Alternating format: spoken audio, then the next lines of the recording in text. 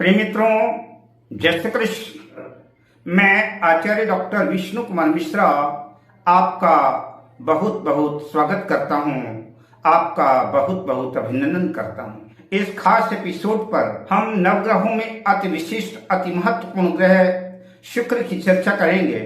अन्य ग्रह चाहे जितनी धन दौलत संपदा आपको प्रदान कर दें, पर अगर जन्म कुंडली में शुक्र नहीं है तो सुख नहीं है। शुक्र नहीं है से अभिप्राय कि शुक्र अगर कमजोर है, मृत अवस्था में है, बाल अवस्था में है, नीच राशि में है, अस्त है, तो शुक्र का प्रभाव आपको नहीं मिल पाएगा। मतलब शुक्र नहीं है, और शुक्र नहीं है तो सुख नहीं है। मैं इसी टॉपिक पर शुक्र की प्लेसमेंट, शुक्र की स्थिति पर चर्चा आपसे करूंगा। हमने पिछले एपिसोड पर, पिछले वीडियो पर आपसे चर्चा किया था जन्म कुंडली के चतुर्थ भाव में, कुंडली के पंचम भाव में, कुंडली के षष्ठम भाव में अगर शुक्र स्थित हैं तो उसका कैसा फल मिलेगा। आज हम जो चर्चा करेंगे जन्म कुंडली के सप्तम भाव में, जन्म कुंडली के अष्टम भाव में, जन्म कुंडली के नवम भाव में शुक्र के स्थित होने का क्या फल मिलेगा, कैसा परिणाम आएगा, कैसा रिजल्ट आएगा, मैं इसकी चर्चा आपसे इस वीडियो पर करूंगा। पर मैं विषय क्रम में आगे बढ़ूं उससे पहले आपसे आग्रह, अगर आपने अभी तक हमारे चैनल को सब्सक्राइब नहीं किया है तो प्लीज चैनल को सब्सक्राइब करें, साथ ही नोटिफिकेशन बेल को भी प्रेस कर लेते हैं। अब आइए चर्चा करते हैं सप्तम भाव में स्थित शुक्र जो है हमको कैसा फल प्रदान करेंगे, कैसा परिणाम हमारे सामने घटित होगा, इसकी चर्चा अब हम करते हैं। सप्तम भाव आपके विवाह का भाव है, दाम्पत्य जीवन का भाव है, लाइफ पार्टनर का भाव है, साझेदारी का भाव है, व्यापार का, व्यवसाय का भाव है। ऐसा कि आप जानते ही हैं शुक्र सौंदर्य की प्रतिमूर्ति। शुक्र अगर सप्तम भाव में स्थित है तो निसंदेह आपका जो लाइफ पार्टनर होगा वो बेहद आकर्षक, एट्रैक्टिव और सौंदर्य का धनी होगा। यहाँ पर स्थित शुक्र कई बार अत्यधिक भोग विलास की वजह से उम्र से पहले ही ऐसे जातकों के जीवन में बुढ़ापा ला सकते हैं। ऐसे जातकों को डायबिटीज, ब्लड प्रेशर की बीमारियां भी अपनी गिरफ्त में ले सकती हैं, किंतु इनका वैवाहिक जीवन लगभग अच्छा ही रहता है। दाम्पत्य जीवन का सुख इन्हें मिलता है। कई बार अन्य ग्रहों के वजह से जो है एक्स्ट्रा मैरिटल अफेयर की वजह से पारिवारिक जीवन में तनाव, कलह, कलेश जैसी स्थितियां उत्पन्न हो सकती हैं। ऐसे जातकों को शुक्र से संबंधित व्यवसाय करने से निश्चित रूप से सफलता अर्जित होती है। साझेदारी के कामों में भी ऐसे जातकों को लाभ होता है। अगर सप्तम भाव पर स्थित शुक्र कमजोर है, पाप प्रभाव में है, अस्त, मृत, बाल अवस्था में है, अपनी नीच राशि कन्या राशि में है, तो ऐसे जातकों का वैवाहिक जीवन ठीक नहीं रहेगा। जीवन में कलह, कलेश और परेशानियों का सामना करना पड़ेगा। कई बार तो पुरुषों के विवाह की स्थितियां भी नहीं बन पाती। ऐसे जातक अपमानित, दुखी और शुक्र जनित व्याधियों से परेशान देखे गए हैं। अतः ऐसे जातकों को शुक्र जनित उपाय, अगर शुक्र कमजोर है तो शुक्र जनित उपाय करना चाहिए। अब आइए चर्चा करते हैं शुक्र अष्टम भाव में स्थित होकर के कैसा फल प्रदान करेंगे, यह देखने का प्रयास करते हैं। अष्टम भाव त्रिक भाव तो कहलाता ही है, लेकिन साथ में यह अनुसंधान का भी भाव है, गुप्त विद्याओं का भाव है, खोज का भी भाव है। और जैसा कि आप जानते हैं कि नवग्रहों में देवगुरु बृहस्पति भी अद्भुत ज्ञानी थे, लेकिन उनसे भी ज्यादा अधिक ज्ञान शुक्र के पास, शुक्राचार्य के पास था। उनके पास जो मृत संजीवनी विद्या थी। और आप जैसा कि जानते ही हैं कि देवगुरु बृहस्पति ने स्वयं अपने पुत्र कच्छ को शुक्राचार्य के पास जो है उनको गुरु बनाने के लिए भेजा था। तो शुक्र जो है तंत्र मंत्र और अनेक गुप्त विद्याओं की ज्ञाता हैं। तो अगर शुक्र जन्म कुंडली के अष्टम भाव में स्थित है और अपने मीन राशि, तुला राशि या वृषभ राशि में स्थित है, तो ऐसे जातकों की रुचि तंत्र मंत्र, गुप्त विद्याओं के क्षेत्र में जा सकती है। ऐसे जातक ज्योतिष के भी जानकार ज्ञाता हो सकते हैं। ऐसे जातकों को निश्चित रूप से गूढ़ विद्याओं में, हस्तरेखा आदि में रुचि होती है।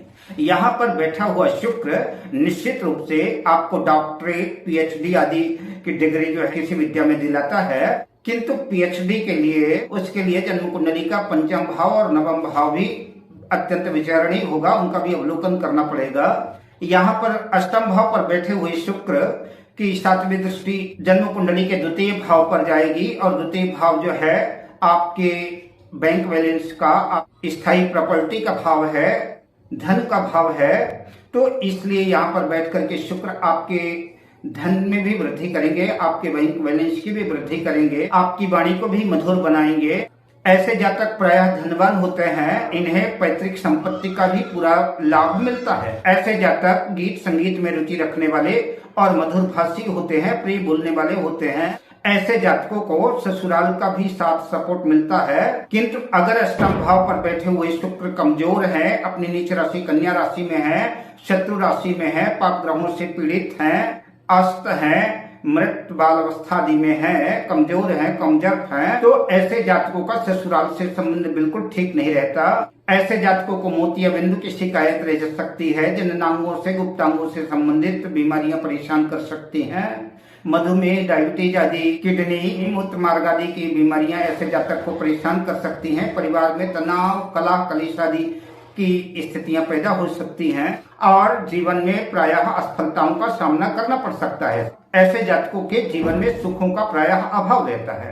अब आइए जानते हैं कि शुक्र अगर आपकी जन्म कुंडली के भाग्य भाव में, नवम भाव में स्थित है, तो जातक के सामने कैसे परिणाम परिलक्षित होंगे, कैसा फल मिलेगा, इसका विचार करते हैं। नवम भाव जन्म कुंडली का अत्यंत महत्वपूर्ण भाव है। यह भाग्य भाव कहलाता है। अगर कुंडली के थोड़े बहुत ग्रह गड़बड़ भी हैं, किंतु भाग्य भाव मजबूत है और भाग्य आपका अच्छा साथ दे रहा है, तो कई बार भाग्य बस ऐसे जातकों के काम बनने शुरू हो जाते हैं। तो शुक्र अगर यहाँ स्थित होंगे तो निसंदेह आपके भाग्य में वृद्धि करेंगे और भाग्य बस आपके समस्त बिगड़े हुए कार्य बनने शुरू हो जाएंगे। ऐसा जातक उच्च शिक्षित होगा, ऐसे जातकों का भाग्य सदैव निरंतर साथ देगा। अगर शुक्र नवम भाव पे अपनी मीन राशि, उच्च राशि में बैठे हैं या कि तुला राशि या वृषभ राशि में बैठे हैं, फिर आपके भाग्य की सराहना क्या करें। निसंदेह आप अत्यंत ही सौभाग्यशाली माने जाएंगे और ऐसे जातकों के सौभाग्य का विस्तार संभव है किसी महिला के माध्यम से हो।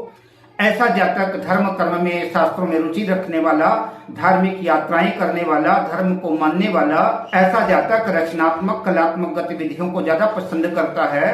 फिल्म इंडस्ट्री, मीडिया, गीत, संगीत, किसी भी तरह के आर्ट, कला, कौशल आदि से ऐसा जातक अपना नेम, फेम सब कुछ अर्जित करता है।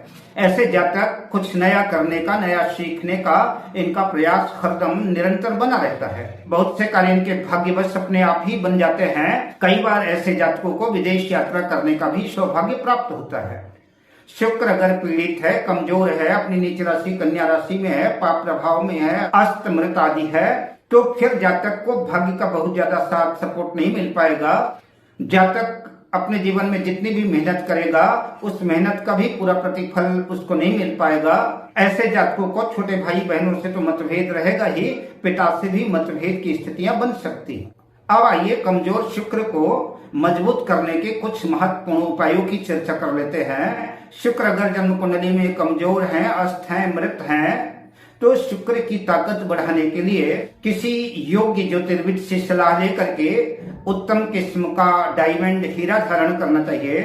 जो लोग हीरा धारण नहीं कर सकते, उनकी आर्थिक स्थिति अलाउ नहीं करती, ऐसे लोग सफेद पुखराज या कि सफेद ओपल भी धारण करेंगे, तब भी उनको लाभ होगा। ऐसे जातक लगभग प्रायः हमेशा सफेद कपड़े पहने और प्रेस किए हुए साफ सुथरे कपड़े पहने और इत्र का प्रयोग करें। ऐसा करने से जन्म कुंडली के कमजोर शुक्र जो है मजबूत होंगे और आपको अच्छा परिणाम देना शुरू कर देंगे। अगर जन्म कुंडली में शुक्र शत्रु क्षेत्री हैं, शुक्र अगर नीच राशि में है, तो शुक्र से संबंधित वस्तुओं का दान करना चाहिए। हीरे का दान करें, सफेद उपल का दान करें, सफेद पुखराज का दान करें, खीर का दान करें, शर्करा का दान करें, चावल का दान करें, घी, कपूर, सफेद गाय का दान करें। शुक्र से संबंधित जितनी भी वस्तुएं हैं तो उन वस्तुओं का दान करें और शुक्र का दान प्रायः शुक्रवार के दिन सूर्यास्त के बाद ही करना चाहिए। शुक्र चाहे नीच राशि में हो या कमजोर हो, दोनों परिस्थितियों में शुक्र के मंत्र का जाप करना जो है लाभकारी सिद्ध होगा। शुक्र का मंत्र है हिम कुंड मृणालाभम दैत्यानाम परमं गुरुम सर्वशास्त्र प्रवक्तारम भार्गम प्रणमाम्यहम्। अब मैं आपसे लेता हूँ विदा शुभ कामनाओं के साथ। जय श्री कृष्ण।